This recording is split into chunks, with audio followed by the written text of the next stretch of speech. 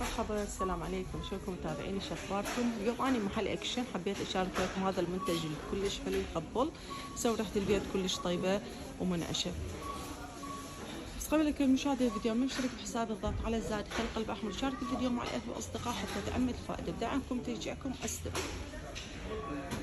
هاي العطور مثل البودرة للمكنسة الكهربائية، تخلى بالحاوية مال المكنسة، يعني هاي اللي تكون بها الوسخ نخليها بها، نقول أو الأوساخ نخليها حتى من نكنس تطلع الريحة ويا الهواء اللي يطلع من خلال ما ننظف البيت. هاي برائحة زنق الوادي، وهاي نسيم المحيط أو نسيم البحر.